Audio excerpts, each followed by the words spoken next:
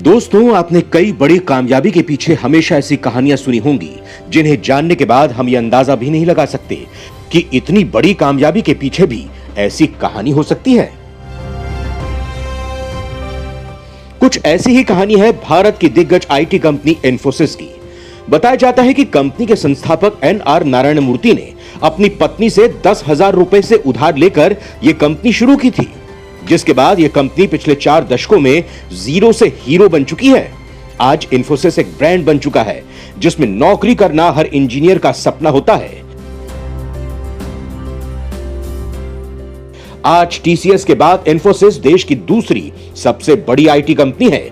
यह कंपनी देश ही नहीं बल्कि दुनिया भर में नाम कमा चुकी है। इन्फोसिस द्वारा बनाए सॉफ्टवेयर आज दुनिया भर में धूम मचा रहे हैं। यही कारण है कि साल 2022 में इन्फोसिस कई बड़ी आईटी कंपनी को पछाड़कर दुनिया की तीसरी बड़ी वैल्यूएबल कंपनी बन गई है। इस वीडियो में आपको इन्फोसिस की सक्सेस की पूरी कहानी बताऊंगा। इन्फोसिस की कामयाबी जानने के लिए आप ये वीडियो लास्ट तक जरूर देखिएगा। दोस्तों, इन्फोसिस का नाम सुनते ही एक ख्याल जरूर आता है कि सपने सच में पूरे होते हैं, बस जरूरत भरोसे और अपनों के विश्वास की है। 80 के दशक में जब बॉलीवुड में एक महानायक उभर रहा था, तब पुणे में 7 दोस्तों के सपने अंगड़ाई ले रहे थे। इन 7 दोस्तों में एक थे एनआर नारायण मूर्ति, जो अपने सपनों को सच करने के लिए हर मुसीबत का सामना करने को तैयार थे। लेकिन सपनों को हकीकत में बदलने के लिए कई चुनौतियों का सामना करना पड़ता है। 7 दोस्तों के इरादे तो बुलंद थे, लेकिन उनकी जेबें खाली थी। तभी इस कहानी में एक लड़की की एंट्री होती है।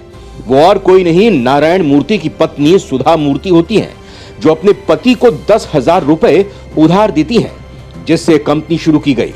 उधार की रकम अब एक अनमोल कंपनी की शक्ल ले चुकी है। इस बात को 40 साल से ज्यादा बीत गए, लेकिन कामयाबी की कहानी ने इतिहास लिख दिया।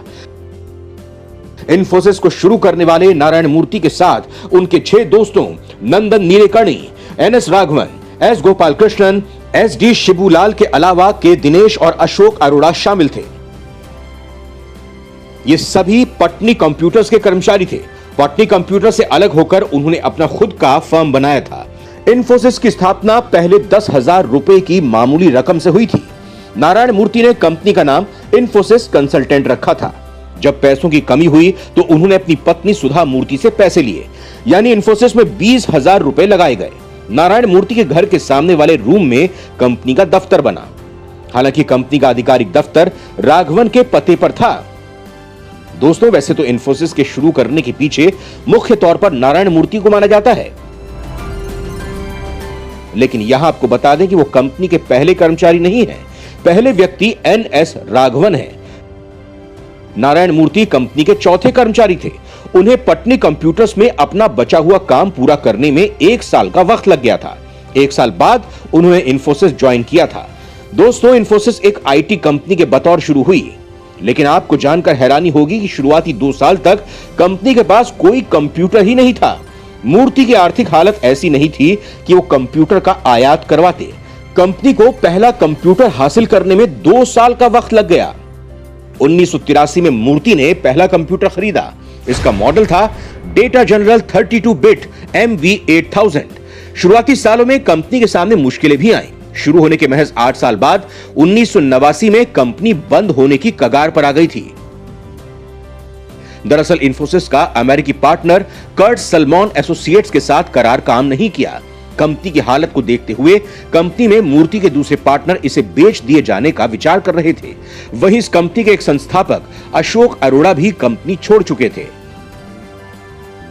वहीं दूसरे फाउंडर्स को आगे कुछ सूझ नहीं रहा था, लेकिन नारायण मूर्ति का हौसला ही था जिसके बलबूते पर आज इन्फोसिस इस मुकाम पर पहुंच पाई। उन्होंने साथियों से कहा, अगर आप सभी कंपनी छोड़ना चाहते हैं तो आप जा सकते हैं, लेकिन मैं नहीं छोड़ूंगा और कंपनी को बनाऊंगा। वो आखिरी वक्त तक इसके साथ रहेंगे। उनकी बातों का असर हुआ और नंदन नीलेकर्णी, गोपाल कृष्णन, शिबूलाल, दिनेश और राघवन कंपनी से जुड़े रहे और कड़ी मेहनत के साथ कंपनी को बनाने में लग गए। सभी की मेहनत रंग लाने लगी। और फिर कंपनी ने कभी पीछे मुड़कर नहीं देखा। साल 1983 में इंफोसिस का हेड ऑफिस पुणे से बेंगलुरु शिफ्ट कर दिया गया। अप्रैल 1992 में इसका नाम बदलकर इंफोसिस टेक्नोलॉजी प्राइवेट लिमिटेड कर दिया गया। इसके बाद जून 1992 में पब्लिक लिमिटेड कंपनी बनने पर यह इंफोसिस टेक्नोलॉजीज लिमिटेड बन गई। 1993 में इंफोसिस ने शेयर मार्केट में जाने का फैसला किया। आपको जानकर हैरानी होगी कि आज की आईटी दिग्गज इंफोसिस का आईपीओ 13% कम सब्सक्राइब किया गया था। उस वक्त इंफोसिस के एक शेयर की कीमत 95 रुपए थी। जिसने भी उस वक्त 9,500 रुपए के 100 शेयर खरीदे थे वो आज करोड़पति हो गए हैं। 100 शेयर आज बोनस और स्प्लिट मिलाकर 1,02,400 शेयर हो चुके हैं। मौजूदा शेयर प्राइस के हिसाब से आज उनकी कीमत करीब 18 करोड़ रुपए है। 1999 तक इंफोसिस की स्थिति काफी अच्छी हो चुकी थी। कंपनी का नेटवर्थ $100 मिलियन पहुंच चुका था। इंफोसिस भारत की पहली आईटी कंपनी थी जिसे नैस्डैक ने लिस्ट किया। नैस्डैक एक अमेरिकी स्टॉक मार्केट है। उस वक्त नैस्डैक की 20 सबसे ज्यादा मार्केट कैप वाली कंपनियों में इंफोसिस भी शामिल थी। साल 2011 में फिर से इसका नाम बदलकर इंफोसिस लिमिटेड कर दिया गया। आज इंफोसिस पूरी दुनिया में अपनी सेवाएं दे रही है। देश की दिग्गज आईटी कंपनी इंफोसिस को बाजार में आज 40 साल पूरे हो गए हैं।